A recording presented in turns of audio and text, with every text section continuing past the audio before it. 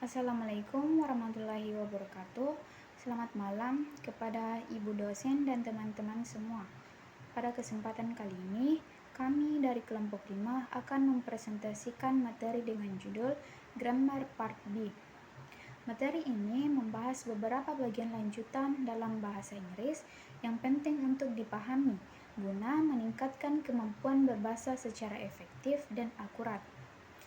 Adapun anggota kelompok kami terdiri dari yang pertama Sakinah, saya sendiri, yang kedua Muhammad Agung Maulana, yang ketiga Muhammad Adam Aldisar, dan yang keempat Ristahari Al-Husren. Sebelum masuk ke pembahasan yang lebih dalam, mari kita mulai dengan pemahaman dasar terlebih dahulu. Apa itu grammar? Grammar atau tata bahasa dalam bahasa Inggris mengacu pada aturan atau sistem yang mengatur bagaimana bahasa digunakan dengan benar dan efektif. Grammar mencakup bagaimana kata-kata disusun untuk membentuk kalimat yang bermakna, mulai dari bagian kata dasar hingga struktur kalimat yang kompleks. Dengan kata lain, grammar adalah panduan atau kaidah yang digunakan untuk memahami dan menggunakan bahasa Inggris secara benar. Berikutnya, saya akan menjelaskan mengenai tenses lanjutan. Tenses lanjutan ini mencakup beberapa bentuk waktu dalam bahasa Inggris yang memiliki fungsi spesifik, yaitu yang pertama, present perfect tense, menyatakan aksi yang telah terjadi dan masih relevan hingga sekarang. Contohnya, I have finished my homework. Yang kedua, present perfect continuous tense, menekankan durasi aksi yang dimulai di masa lalu dan masih berlangsung hingga sekarang. Contohnya, she has been studying for 2 hours. Yang ketiga, past perfect tense, menyatakan aksi yang terjadi sebelum aksi lainnya di masa lalu. Contohnya, he had left before I arrived. Yang keempat, past perfect continuous, menunjukkan aksi yang berlangsung terus-menerus sebelum aksi lain di masa lalu. Contohnya, they had been waiting for an hour when the bus came.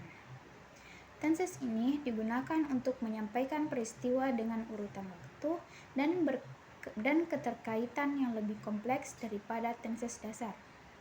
Demikian penjelasan saya mengenai pengertian grammar dan tenses lanjutan. Materi selanjutnya akan disampaikan oleh teman kelompok saya. Baik, selanjutnya saya akan melanjutkan materi sebelumnya. Materi selanjutnya itu ada conditional tenses. Conditional tenses digunakan untuk menyatakan kemungkinan, harapan, atau konsekuensi. Nah, jenis-jenisnya itu seperti zero conditional atau fakta umum. Contohnya itu seperti if you had ice, it melts. Nah, yang kedua itu first conditional, kemungkinan nyata di masa depan. Contohnya itu if it rains, we will stay home. Yang ketiga itu second conditional, situasi hipotetik masa sekarang. Contohnya itu if I were you, I will study harder. Yang keempat itu third conditional atau situasi yang tidak terjadi di masa lalu. Contohnya itu if she had known, she would have come. Yang terakhir itu ada mixed conditional atau kombinasi waktu berbeda. Contohnya itu if I had studied, I will be successful now. Nah, materi selanjutnya itu ada passive voice. Passive voice digunakan ketika fokus kalimat berbeda pada tindakan yang dilakukan, bukan pada pelakunya. Nah, struktur umum seperti be tambah past participle.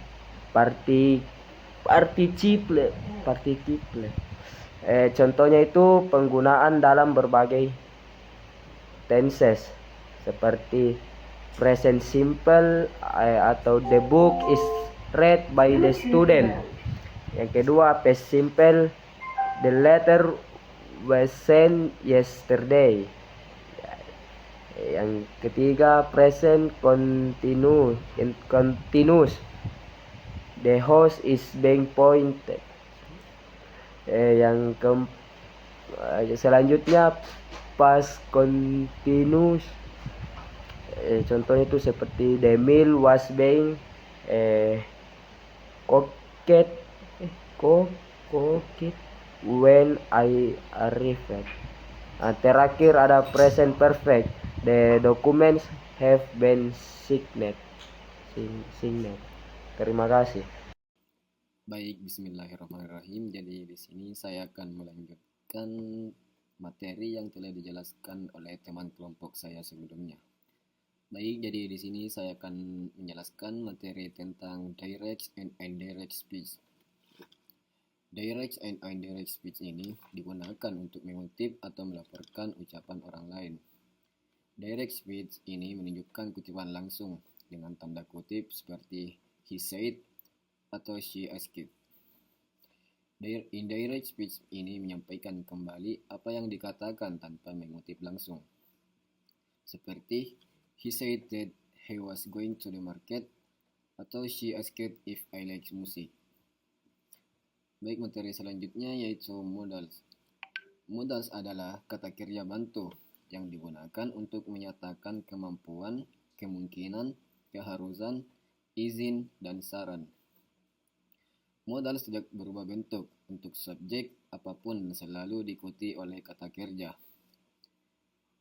Berikut beberapa jenis modals dan fungsinya, yaitu can atau menyatakan kemampuan atau izin. Contohnya I can swim very well. Kedua, could atau bentuk lampau dari can atau untuk menyatakan kemungkinan yang lebih kecil. Contohnya when I was a child, I could climb trees. Yang ketiga, may atau menyatakan kemungkinan atau meminta izin secara lebih sopan. Contohnya you may leave early today. Baik, selanjutnya materi tentang gerund and infinitive. Gerund dan infinitive ini adalah bentuk kata kerja yang sering digunakan sebagai subjek atau objek dan dalam kalimat. Gerund ini adalah kata kerja yang ditambahkan akhiran ing dan berfungsi sebagai kata benda noun. Biasanya digunakan setelah kata kerja tertentu seperti enjoy, avoid, finish, mean, dan lain-lain. Contohnya, swimming is good for your health. Kedua, she enjoys reading novels. Yang ketiga, they avoided talking about politics. Selanjutnya, infinitive adalah bentuk dasar kata kerja yang didahului oleh to. Digunakan setelah kata kerja seperti want, need, plan, decided, hope, dan lain-lain. Contohnya, he wants to learn Japanese. We decided to go home early. She hopes to pass the exam. Baik, jadi cukup sekian dari saya. Terima kasih. Baiklah, saya akan melanjutkan pembacaan materi dari teman kelompok saya sebelumnya. Yang saya akan bacakan itu tentang relative clauses. Relative clauses adalah klausa yang memberikan informasi tambahan tentang kata benda noun dalam kalimat.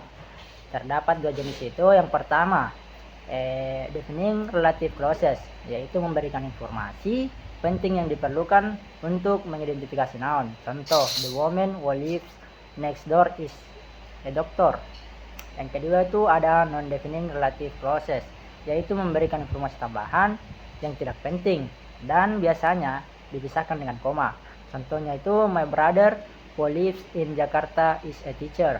Jadi kesimpulannya itu grammar part B memberikan wawasan lanjutan yang sangat penting dalam penggunaan bahasa Inggris secara efektif dengan mempelajari berbagai struktur lanjutan seperti tenses tingkat lanjut, conditional tenses, passive voice, direct and indirect, speech, modals, gerund, dan infinitive serta relative clauses.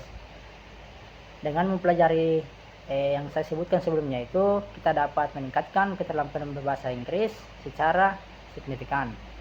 Mungkin itu saja pembacaan materi yang telah dipaparkan oleh teman kelompok saya dan saya sendiri. Sekian.